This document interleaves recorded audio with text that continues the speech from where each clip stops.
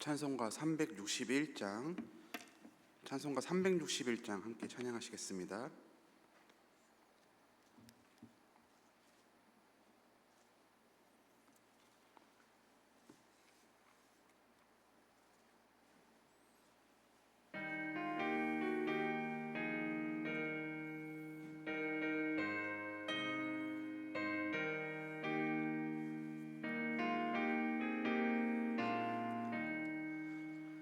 기도하는 이 시간 주께 무릎 꿇고 우리 구세주 앞에 다 나아가네. 믿음으로 나가면 주가 보살피사 크신 은혜를 주네. 거기 기쁨 있네. 기도 시간에 복을 주시네. 고난 내 마음속에 기쁨 충만하네. 기도하는 이 시간 주가 곁에 오사 인자하신 얼굴로 귀 기울이네. 우리 마음 비우고 주를 의지하면 크신 은혜를 주네. 거기 기쁨 있네. 기도 시간에 복을 주시네. 고난 내 마음속에 기쁨 충만하네. 기도하는 이 시간 주께 엎드려서 은밀하게 구할 때 곧 응답하네. 잘못된 것 알으면 측은히 여기사 크신 은혜를 주네. 거기 기쁨 있네. 기도 시간에 복을 주시네. 고난 내 마음속에 기쁨 충만하네. 기도하는 이 시간 주를 의지하고 크신 은혜 구하면 꼭 받으리라.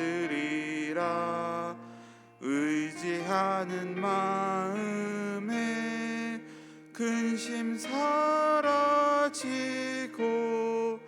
크신 은혜를 주네. 거기 기쁨 있네. 기도 시간에 복을 주시네. 고난 내 마음속에 기쁨 충만하네.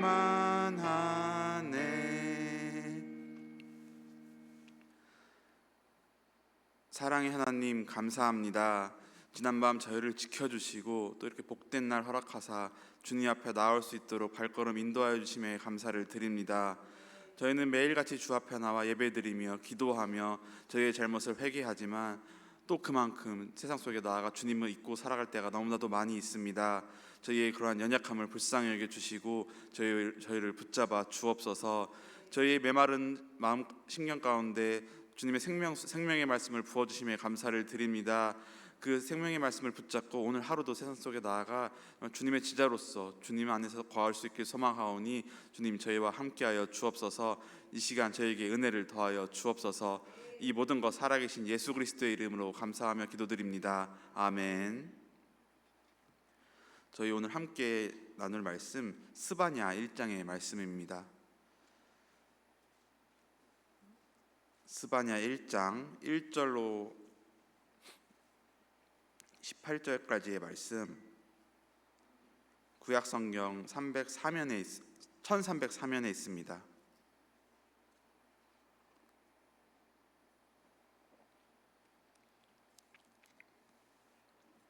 스바냐 1장 1절로 18절까지의 말씀 저희 한 절씩 교독하도록 하겠습니다. 제가 먼저 읽겠습니다. 아몬의 아들 유다왕 요시아의 시대에 스바냐에게 임한 여호와의 말씀이라. 스바냐는 히스기야의 현손이요 아마랴의 증손이요 그다랴의 손자요 구시의 아들이었더라.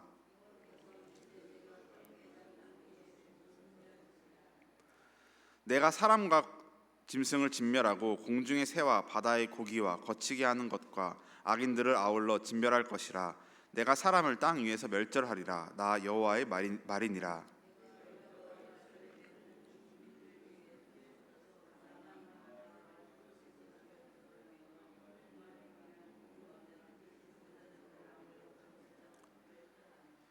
또 지붕에서 하늘의 뭇별에게 경배하는 자들과 경배하며 여호와께 맹세하면서 말감을 가리켜 맹세하는 자들과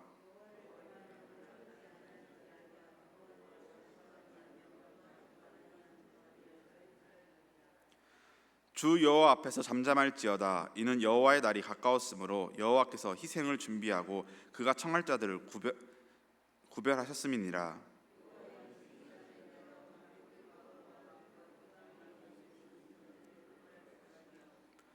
그날의 문턱을 뛰어넘어서 포악과 거짓을 자기 주인의 집에 채운 자들을 내가 벌하리라.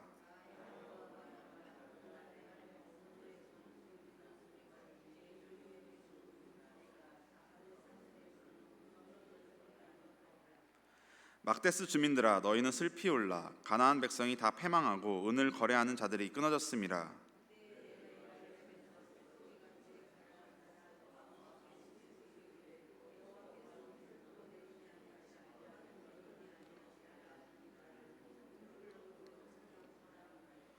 그들의 재물이 노략되며 그들의 집이 황폐할 것이라. 그들이 집을 건축하나 거기에 살지 못하며 포도원을 가꾸나 그 포도주를 마시지 못하리라.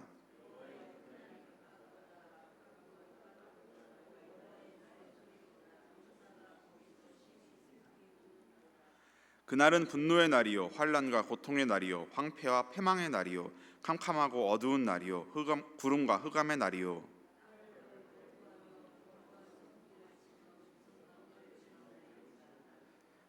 내가 사람들에게 고난을 내려 맹인같이 행하게 하리니 이는 그들이 나 여호와께 범죄하였음이라. 또 그들의 피는 쏟아져서 티끌같이 되며 그들의 살은 분토같이 될지라.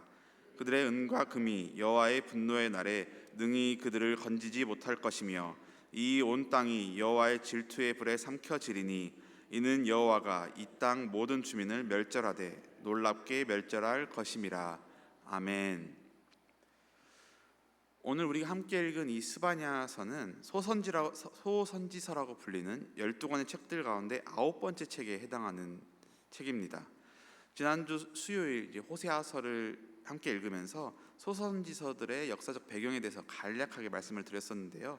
기록된 순서대로 첫 번째 호세아에서부터 스바냐서까지는 왕국 시대의 이야기를 다루고 있고 10번째 학개에서부터 마지막 말라기까지의 책은 포로 후기, 바벨론의 포로로 잡혀갔던 이스라엘 백성들이 다시금 예루살렘으로 돌아온 이후의 이야기들을 기록하고 있습니다.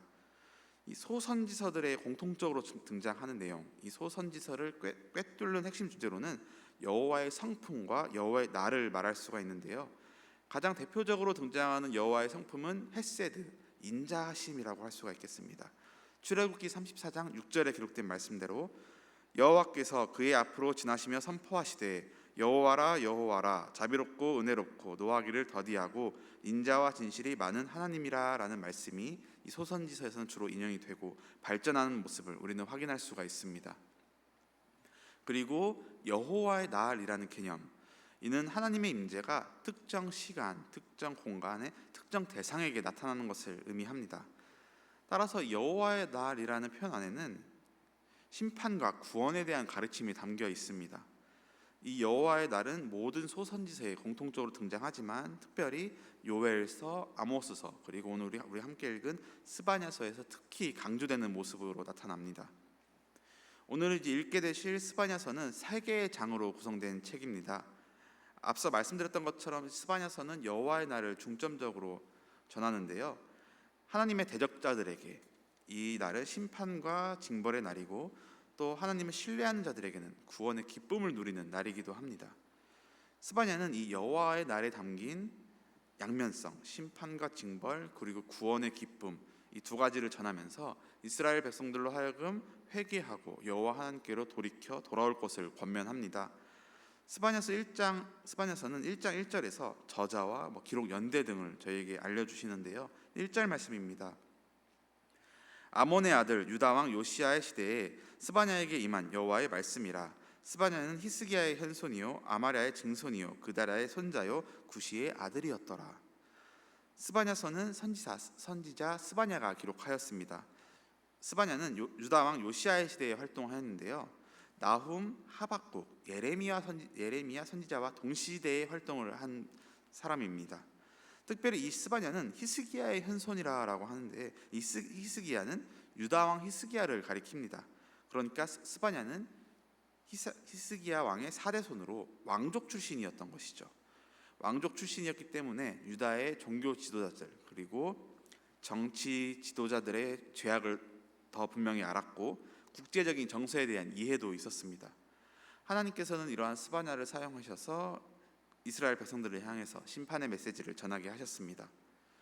히스기야가 활동할 시기의 유다 왕은 요시야였습니다. 요시야 왕은 주전 640년부터 609년 사이에 유다를 통치했던 왕인데요, 므낫세 왕의 증손자이기도 했습니다. 이 므낫세 왕은 아주 악한 왕이었죠. 그 왕이 기거하는 궁과 하나님의 성전에 이방 제사를 위한 제단도 세웠고 자녀들을 불태워서 제물로 바치는 그 인신 공양도 자행했던 왕이었습니다. 요시야 왕은 이러한 자신의 증조 할아버지 그 므낫세의 악행을 청산하고 바르게 잡는 일을 하였습니다.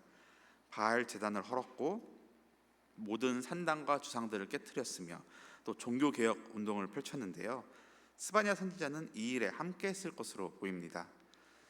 스바냐서는 크게 3가지 주제로 저희가 구분을 할 수가 있습니다. 첫 번째는 유다에 대한 메시지, 두 번째는 열방에 대한 메시지, 세 번째는 이스라엘의 남은 자들에 대한 회복의 메시지가 바로 그것입니다. 이 남은 자들이란 여호와의 날이 임했을 때 그 심판과 징벌을 통과한 자들, 즉 구원받은 자들을 가리킵니다. 따라서 스바냐서에는 죄에 대한 심판과 남은 자들에 대한 구원 그리고 회복을 위한 회개의 가르침이 기록되어 있다고 정리를 할 수가 있겠습니다.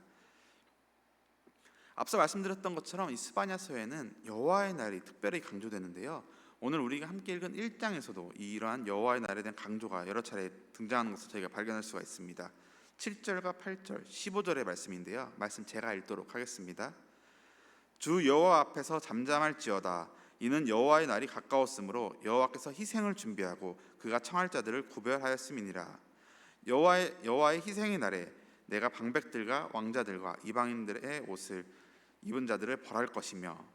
15절, 그날은 분노의 날이요 환난과 고통의 날이요 황폐와 패망의 날이요 캄캄하고 어두운 날이요 구름과 흑암의 날이요. 여호와의 날을 지금 스바냐는 희생의 날, 분노의 날, 환난과 고통의 날, 황폐와 패망의 날 등으로 소개하고 있습니다. 이 여호와의 날은 먼저 이스라엘 백성을 향해서 나타납니다. 그리고 열방을 향해서 확장되는 모습으로 나타나죠. 즉 온 피조 세계에 임하는 심판의 날이 올 것이라는 것을 말씀하고 있는 것입니다. 이 날에 여호와께서는 재판장, 그리고 왕, 그리고 거룩한 용사로 이 땅에 오시며 이스라엘과 열방을 포함한 모든 피조 세계의 죄를 심판하십니다. 모든 피조 세계는 여호와의 진노 앞에 소멸될 것이고 이날에 의인들은 구별되어 구원을 받게 됩니다. 이러한 심판과 구원에 있어서 중요한 것이 바로 겸손이라는 개념입니다. 스바냐서의 핵심 단어라고도 할 수가 있겠는데요. 오늘 이제 우리가 함께 읽게 될 2장, 스바냐서 2장 2절과 3절의 말씀입니다. 명령이 시행되어 날이 겨같이 지나가기 전, 여호와의 진노가 너희에게 내리기 전, 여호와의 분노의 날이 너희에게 이르기 전에 그리할지어다. 여호와의 규례를 지키는 세상의 모든 겸손한 자들아, 너희는 여호와를 찾으며 공의와 겸손을 구하라. 너희가 혹시 여호와의 분노의 날에 숨김을 얻으리라. 스바냐 2장 2절에는 여호와의 날, 여호와의 그 분노의 날이 오기 전에 너희가 해야 할 일이 있다라고 말씀을 하십니다. 그것이 3장에 기록된 겸손으로 이어집니다. 여호와의 규례를 지키는 겸손한 자들은 여호와의 분노의 날에 숨김을 얻는다, 보호받는다, 구원받는다는 사실을 저희에게 지금 말씀하고 계신 것입니다. 반대로 교만하여 자랑하는 자들은 여호와의 그 희생의 날에, 분노의 날에 소멸되고 말 것입니다. 1장 12절에는 여호와를 향한 겸손과 교만이 어떠한 모습으로 나타나는지 기록이 되어 있습니다. 12절 말씀입니다. 그때에 내가 예루살렘에서 찌꺼기같이 가라앉아서 마음속에 스스로 이르기를 여호와께서는 복도 내리지 아니하시며 화도 내리지 아니하시니라 하는 자를 등불로 두루 찾아 벌하리니. 아멘. 마음속에, 이 당시 예루살렘의 이스라엘 백성 가운데서는 마음속에 스스로 이르기를 여호와께서는 복도 내리지 아니하시며 화도 내리지 아니하시리라라고 하는 자들이 있었다고 스바냐는 지금 이야기합니다. 하나님께서는 한마디로 아무 일도 하지 않으신다. 나에게 어떠한 영향도 끼치지 아니하신다. 따라서 무엇인가 잘 되면 그것은 내가 잘한 것이고, 무엇인가 잘 안 되면 그것은 내가 운이 없었던지 내가 잘못했던지 그러한 까닭이다. 하나님께서는 복을 내리지도 아니하시고 화도 내리지 아니하신다. 이스라엘 백성들이 이렇게 생각한 이유는 무엇이었겠습니까? 하나님이 살아계시지 않다고 믿거나 혹은 살아계시더라도 아무 일도 하지 않는 분이시다, 나와 상관없는 분이시다, 나와는 멀리 떨어져 계신 분이시다라고 생각했기 때문이었습니다. 저희는 어떻습니까? 우리는 어떠한가요? 저희는 하나님께서 살아계시다는 것을 분명히 믿는 사람들입니다. 그렇기 때문에 날마다 하나님 앞에 나와 예배드림으로 하루를 시작하고 또 매주 예배 자리에 나와서 하나님의 말씀을 듣습니다. 어려운 상황에 놓일 때면 하나님께 기도하면서 지혜와 능력을 구하곤 합니다. 그런데 정말로 그 여호와 하나님께서 나를 도와주시고 나와 함께 하시는 분이시라는 믿음이 굳건하게 우리 가운데 있습니까? 정말로 그렇게 믿으실까요? 대부분의 사람들은 다른 사람들과 함께 있는 공간에서 하는 행동과 나 홀로 있는 공간에서 하는 행동들이 조금씩 다릅니다. 아무래도 사람들의 시선을 의식하기 때문인데요. 이런저런 행동을 했을 때 나에게 생길 득실을 생각하는 것이죠. 사회적인 체면을 의식할 수도 있겠고 평판을 신경 쓸 수도 있겠고요. 사람은 사람의 시선을 의식합니다. 그런데 정작 더 두려워하고 의식해야 될 대상, 곧 우리를 창조하신 하나님, 우리의 중심을 감찰하시는 하나님 앞에서는 우리의 모습이 어떠한지 한번 되돌아보았으면 좋겠습니다. 이 시간 혹시나 우리가 사람의 눈은 의식하지만 하나님의 눈은 의식하지 않는 모습으로 살아가고 있지는 않은지, 사람 앞에서는 바르고 경건한 척하지만 아무도 보지 않는 곳에서는, 사람의 눈이 닿지 않는 곳에서는, 그러나 하나님의 눈에 닿는 곳에서는 무너지고 흐트러진 모습으로 살아가고 있지는 않은지, 마치 이스라엘 백성들처럼 하나님께서는 복도 내리지 아니하시고 화도 내리지 아니하시는 분이시라는 생각이 나도 모르는 사이에 내 안에 조그맣게 자리 잡지는 않았는지 이 시간 생각해 볼 수 있었으면 좋겠습니다. 하나님께서는 저 멀리서 아무것도 하지 않으시면서 가만히 계시는 분이 아니시라 지금 이 순간에도 살아계셔서 나를 바라보고 계시고 나의 생각과 말과 행동을 다 알고 지켜보고 계시는 분이십니다. 다만 우리를 사랑하셔서 그저 오래 참으며 기다리고 계실 뿐이십니다. 이러한 하나님의 기다리심을 우리는 결코 가볍게 여겨서는 아니 됩니다. 혹시나 우리에게 하나님보다 사람의 눈을 더 의식하고 두려워하는 모습이 있다면 이러한 삶의 태도를 바꾸기 위해 우리가 반드시 붙잡아야 될 신앙의 원리가 있습니다. 그것이 바로 코람데오, 즉 하나님 앞에서라는 하나님 앞에서 살아가는 삶입니다. 하나님 앞에 서 있다는 그 의식, 내가 언제나 하나님 앞에 서 있다는 의식은 우리로 하여금 겸손하게 하고 늘 경건과 진실함으로 살아가게 합니다. 하나님은 살아계십니다. 분명히 살아계시고 지금도 우리를 지켜보고 계시며 가장 선하시고 그 거룩하신 뜻을 따라 우리 삶 가운데 일하고 계시다는 사실을 기억하시기를 바랍니다. 하나님이 복도 내리지 아니하시고 화도 내리지 아니하신다고 생각하면서 교만하였던 이스라엘 백성들처럼 살아가는 것이 아니라 살아계신 하나님께서 언제나 우리와 함께 하시며 우리를 지켜보고 계신다는 그 믿음 안에서 겸손히 하나님 앞에 우리의 삶을 드리는 모습이 우리 가운데 있기를 소망합니다. 일상 속에서의 그 모든 순간순간, 매 순간순간마다 나의 말과 행동, 생각까지 정직하고 진실하게 그 하나님의 뜻에 합한 모습으로 살아가시는, 그리고 그로 말미암아서 하나님께 영광 돌리시는 삶을 살아가시는 우리 모든 성도님들 되시기를 소망합니다. 기도하겠습니다. 사랑의 하나님, 감사합니다. 정말 오늘 우리에게 주신 스바냐의 말씀을 통하여서 그 말씀 앞에 우리를 비추게 하시니 그 은혜에 감사를 드립니다. 하나님께서는 우리에게 복도 내리지 아니하시고 화도 내리지 아니하신다고 생각하며 교만하였던 이스라엘 백성들의 모습을 따라가지 말게 하시고, 정말 이 시간 살아계셔서 언제나 우리를 지켜보시고 지금 이 순간에도 함께 하시는 그 하나님의 그 사랑을 늘 기억하는 저희 모두가 될 수 있길 소망합니다. 하나님 앞에서 그 코람데오의 정신으로 정말 우리의 모든 것들 일거수일투족을 주님께 드리는 저희 모두가 될 수 있길 소망하오니, 사람의 시선만을 두려워하는 것이 아니라 하나님을 두려워하는 마음으로 그 거룩한 두려움으로 살아가는 저희 모두가 될 수 있도록 아버지 인도하여 주옵소서. 오늘 하루도 세상 속에 나가 살 때에 하나님께서는 지켜보고 계신다는 사실을, 하나님께서 나를 지켜보고 계신다는 사실을 굳게 믿는 믿음으로 살아가는 주님의 복된 제자들 될 수 있도록 인도하여 주옵소서. 이 모든 것 살아계신 예수님의 이름으로 기도드립니다. 아멘.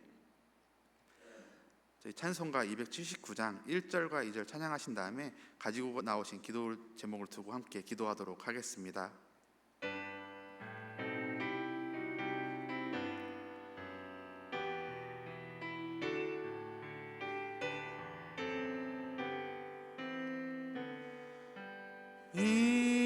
인내하신 구세주여, 내가 비오니 죄인오라 하실 때에 날 부르소서. 주여 주여, 내가 비오니 죄인 오라 하실 때에 날 부르소서.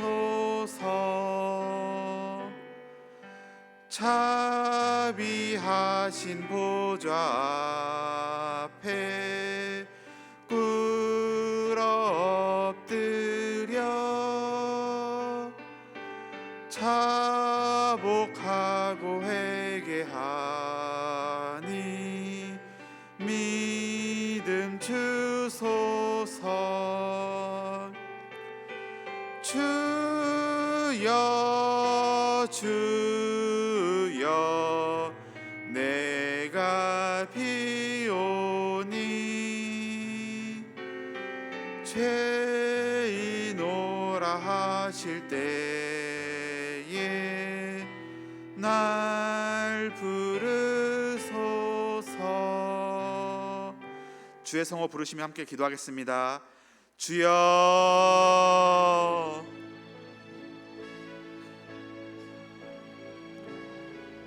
사랑과 은혜 하나님 감사합니다.